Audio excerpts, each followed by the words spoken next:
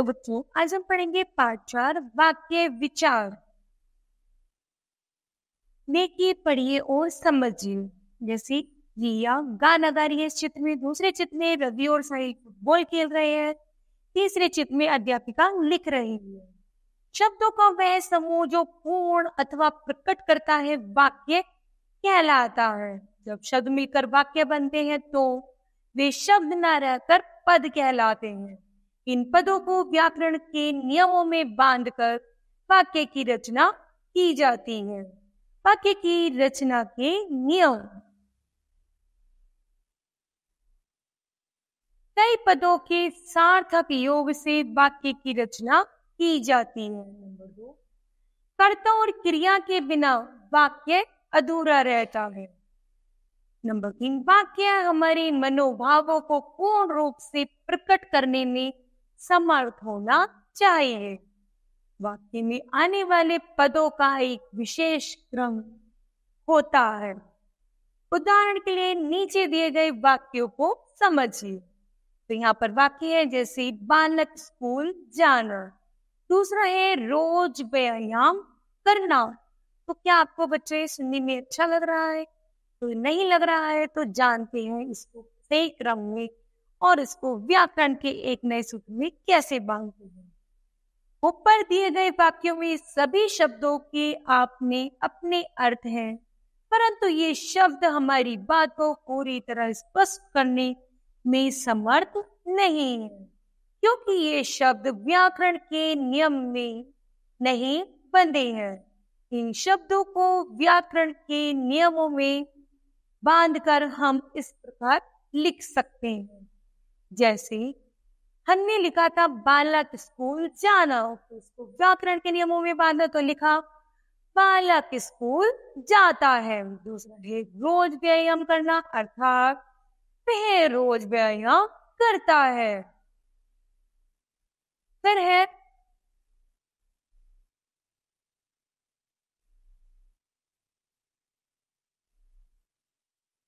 अब ये शब्द पूर्ण अर्थ को प्रकट कर रहे हैं तथा अब ये पद बन गए हैं। इस प्रकार ये पूर्ण वाक्य है जो पूर्ण अर्थ को प्रकट कर रहे हैं।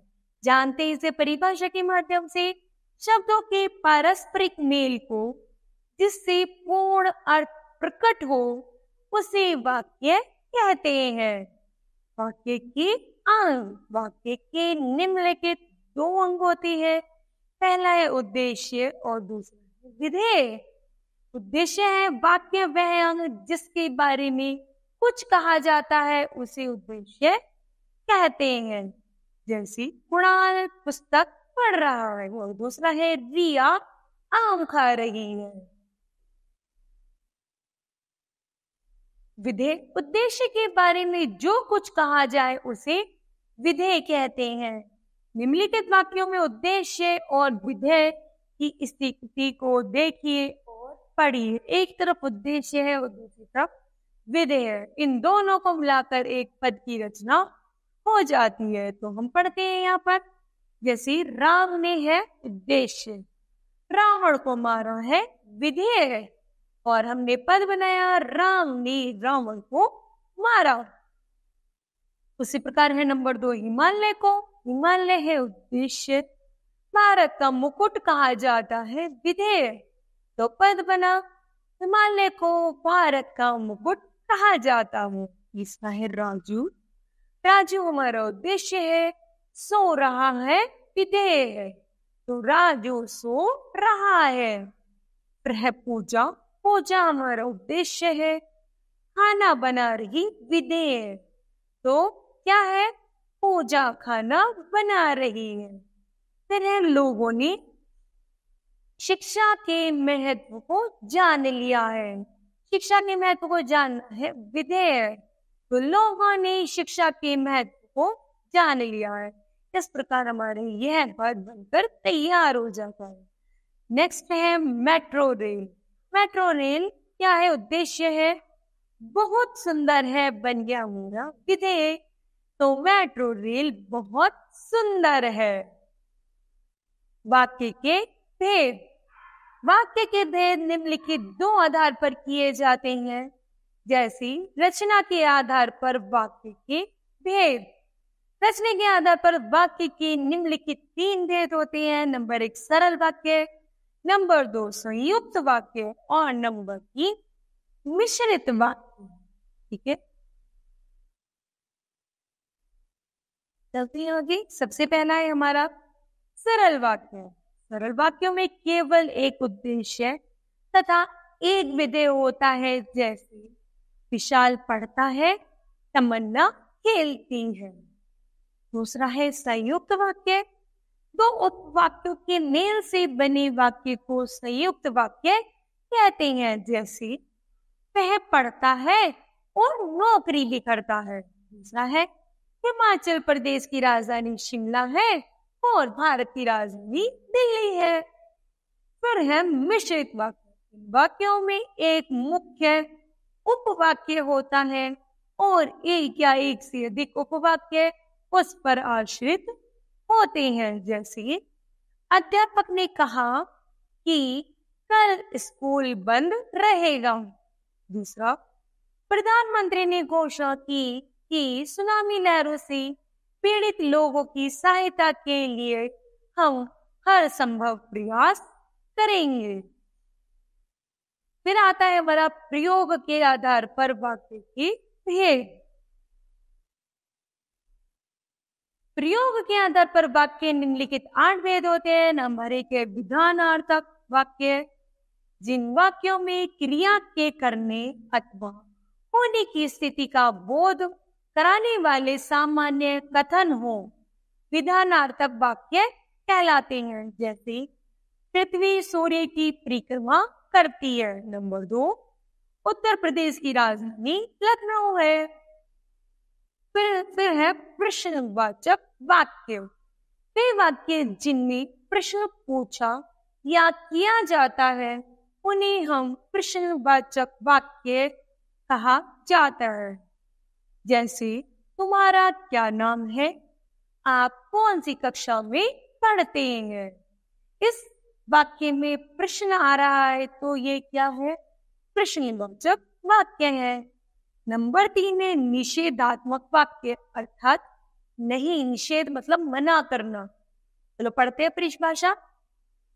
वे वाक्य जिनमें क्रिया के ना होने या ना करने का पता चले उन्हें निषेधात्मक वाक्य कहते हैं। जैसे दिलीप से काम नहीं किया जाता। नंबर 2 घोड़े से नहीं चला जाता।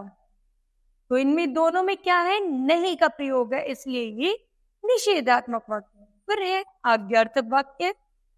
जिन वाक्यों में किसी बात या कार्य के लिए आज्ञा, उपदेश, आदेश और प्रार्थना का पता चले उसे आज्ञार्थक वाक्य कहते हैं। जैसे कृपया पत्र का उत्तर शीघ्र दे। नंबर 2 अंदर जाकर पढ़ो।